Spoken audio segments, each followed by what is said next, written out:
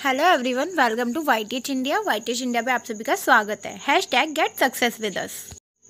This is Simran and ये EVS की class second है जो कि हमने एनसीईआरटी का कोर्स स्टार्ट किया है कि अब हम लोग 3rd to 5th क्लास की कंप्लीट एनसीईआरटी करेंगे ईवीएस की, जो आपके सारे टीचिंग एग्जाम्स के लिए बहुत इंपॉर्टेंट है। But before we begin, please like, share and subscribe our channel and press the bell icon. And आपको ये सेशन कैसा लगता है या आपकी कोई क्वेरीज या प्रॉब्लम्स हैं तो प्लीज़ उन्हें आप कमेंट सेक्शन में ज़रूर पूछिए। सो पहले हम सबसे पहले गोवा के बारे में पढ़ेंगे। जो एनसीईआरटीज़ है उसमें गोवा के रिगार्डिंग बताया है कि मडगांव करके एक जगह है जो कि गोवा में है, जिसको एट प्रेजेंट मारगांव भी बोला जाता है। और there are total 2000 bridges and 92 tunnels in the route from Goa to Kerala. मतलब कि अगर हम गोवा से केरल तक जाएंगे, means from Goa to Kerala means हम गोवा से केरल तक जाते हैं अगर, तो रास्ते में जो पड़ती हैं मतलब रूट में 2000 ब्रिजेस और 92 टनल्स पड़ेंगी। टनल्स मीन्स सुरंग। तो अगर गोवा से केरल जाने के बीच में कितने ब्रिज और कितने टनल्स पड़ते हैं, इस तरह का क्वेश्चन आएगा तो डेट इज़ 2000 ब्रिजेस पड़ेंगे, मीन्स 2000 ब्रिजेस और 92 टनल्स होंगी। इसके अलावा कोझिकोड एक सिटी है जो कि केरल के अंदर है, जो कि हमारे सदर्न इंडिया में आती है, मीन्स साउथ इंडिया में आती है। मालाबार कोस्ट के ऊपर, मतलब मालाबार कोस्ट पे बनी हुई है ये, और इसको कैलिकट के नाम से जाना जाता था। मीन्स पुराने टाइम पे इसको कैलिकट कहा जाता था, मीन्स कैलिकट के नाम से जाना जाता था। On the way to Gujarat to Kerala the train crosses Maharashtra, Goa and Karnataka. Means अगर हम गुजरात से केरल तक जाएंगे, केरला तक जाएंगे, तो जो ट्रेन है वो महाराष्ट्र, गोवा और कर्नाटक को क्रॉस करेगी। इस तरीके के क्वेश्चंस के लिए आप लोगों को एक बार मैप से गो थ्रू हो जाना चाहिए, मीन्स इंडिया का पॉलिटिकल मैप देख लेना चाहिए। बिकॉज ऑफ इस तरीके के क्वेश्चंस उसमें आ जाते हैं ईवीएस के रिगार्डिंग कि अगर हम गोवा से केरल जा रहे हैं, महाराष्ट्र से केरल जा रहे हैं, तो उसके बीच में कौन कौन सी सिटीज़ हमें क्रॉस करनी पड़ेंगी।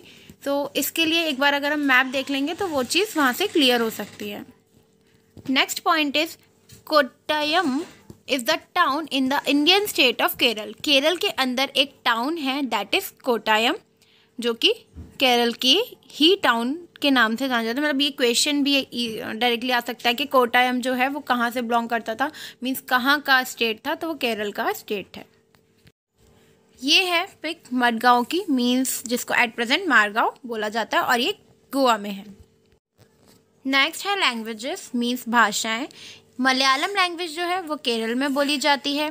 कोंकणी कर्नाटक, महाराष्ट्र, गोवा और केरल के कुछ पार्ट्स में बोली जाती है।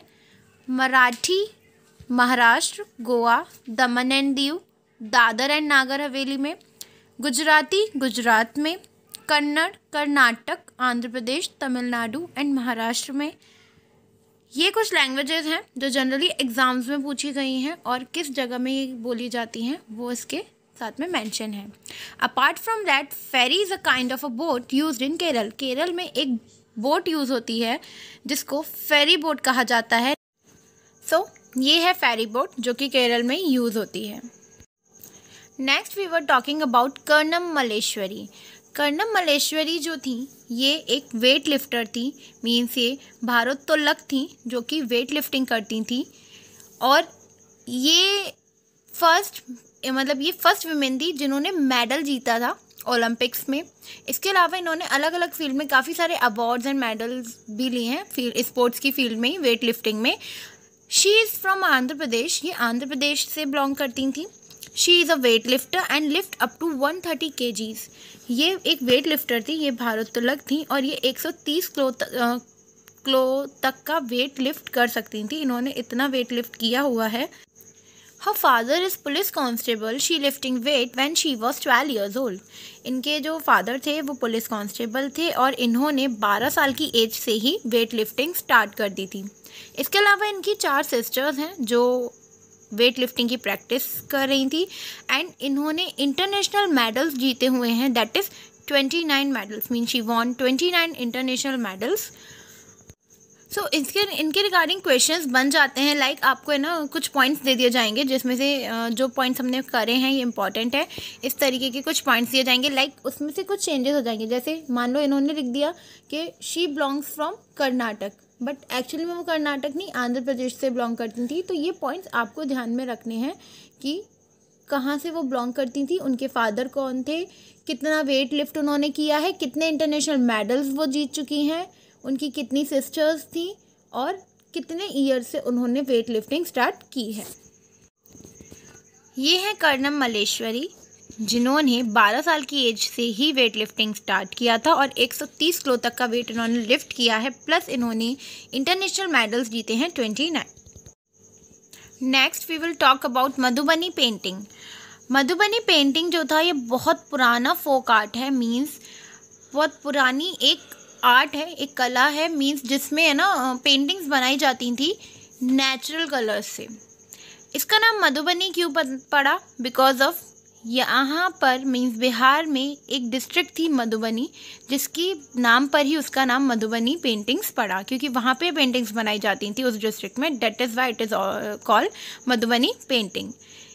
ये जो पेंटिंग्स होती थी ये पाउडर्ड राइस से बनती थी, जिसके अंदर कलर को मिक्स किया जाता था। Means there painting are made out of paste of powdered rice in which colour has been mixed. Means यहाँ कलर्स का यूज़ नहीं किया जाता था, नेचुरल कलर्स लिए जाते थे और उन्हें पाउडर्ड राइस में मिला के देन उनसे पेंट किया जाता था।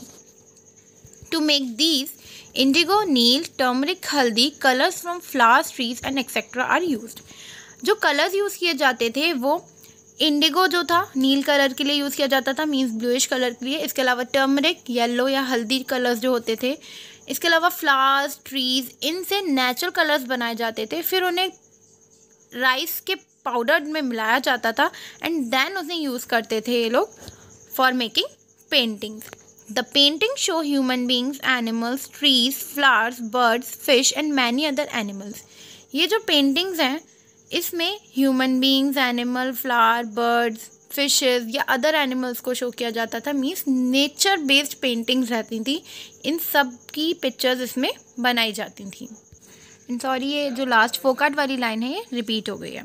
नेक्स्ट ये है मधुबनी पेंटिंग, जिसमें trees, human beings, birds, animal सबको शो किया जाता था और ये पिक्चर्स मधुबनी जो है बिहार में डिस्ट्रिक्ट थी वहाँ बनाई जाती थी, इसलिए इनका नाम मधुबनी पेंटिंग्स पड़ा।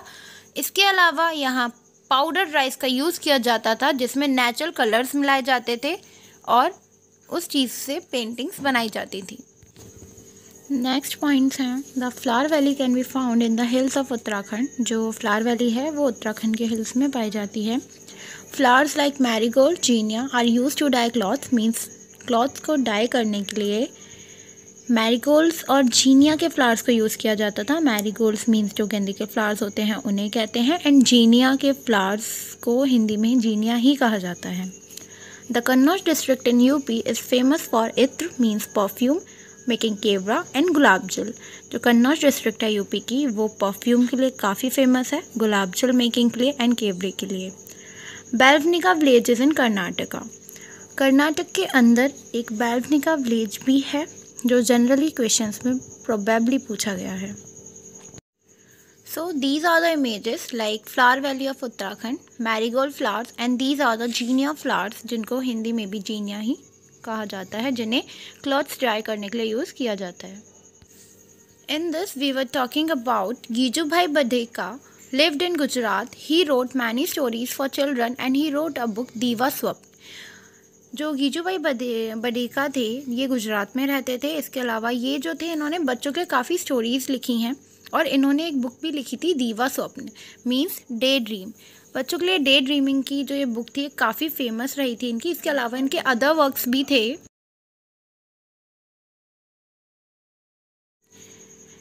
गीजूभाई बधेका ही थे जिन्होंने मोंटेसरी मेथड्स को यूज़ किया था प्राइमरी लेवल पे बच्चों के लिए। गीजूभाई बधेका का फुल नेम था गिरजा शंकर भगवान जी बधेका और ये गुजरात से बिलोंग करते थे। Next is an Indian robin let's egg in between of stones along road side. जो इंडियन रॉबिन होता है, इंडियन रॉबिन जो बर्ड है, वो अपने एग्स को ले करती है स्टोन्स के बीच में। रोड साइड पे जो स्टोन्स होते हैं, जो पत्थर होते हैं, उनके बीच में वो अपने एग्स ले करती है। Next, koyal lays its eggs in crows nest. कोयल जो होती है वो क्रो के नेस्ट में अपने एग्स को ले करती है।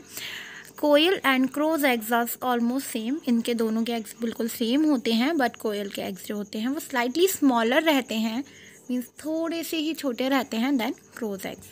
Next, bird use the nest only to lay their eggs. Birds जो होती हैं वो सिर्फ अपने एग्स को ले करने के लिए ही नेस्ट का यूज़ करती हैं। After the eggs hatch the chicks have grown they leave the nest. और जैसे ही उनके एग्स जो होते हैं वो हैच हो जाते हैं, ब्रेक हो जाते हैं, देन वो अपने नेस्ट को छोड़ के चले जाती हैं। नलामदा इज़ इन आंध्र प्रदेश। आंध्र प्रदेश में एक और जगह है, दैट इज़ नलामदा। हमने लॉट्स ऑफ प्लेसेस या सिटीज़ पढ़े थे, लाइक आंध्र प्रदेश के कुछ पढ़े हैं, कर्नाटक के भी पढ़े हैं। कौन सी जगह कहाँ है, इनको हमें एक जगह शॉर्टलिस्ट कर लेना है, जिससे हमें याद रहे कि आंध्र प्रदेश में कौन कौन सी जगह थी और कर्नाटक में कौन सी थी या केरल की कौन सी थी, इस तरीके से। इन प्लेसेस को हमें बस इसीलिए ही पढ़ना है बिकॉज ऑफ NCERT में इनके रिगार्डिंग बात कही गई है कि आंध्र प्रदेश में ये प्लेस थी, गोवा में ये प्लेसेस थी। ये हैं गीजू भाई बडेका, जिन्होंने दीवा स्वप्न बुक लिखी थी बच्चों के रिगार्डिंग। इन्होंने मोंटेसरी मेथड्स यूज़ किए थे प्राइमरी स्कूल्स में, एंड स्टोरीज़ भी काफ़ी सारी इन्होंने लिखी हैं रिगार्डिंग बच्चों के। और इनका फुल नेम जो है वो याद रखना है, दैट इज़ गिरजा शंकर भगवान जी बडेका। ये गुजरात से बिलोंग करते थे। एंड ये है इंडियन रॉबिन, और ये क्रो एंड कोयल। जो कोयल होती है वो क्रो के नेस्ट में ही अपने एग्स को ले करती है। तो ये थी हमारी NCERT की क्लास 2, और इसमें जो हमने पॉइंट्स पढ़े थे वो सारे ही पॉइंट्स NCERT में इम्पॉर्टेंट पॉइंट्स थे regarding for your CTET, UPTET, STET and all teaching exams. So that's all for the day. Thank you. Have a nice day.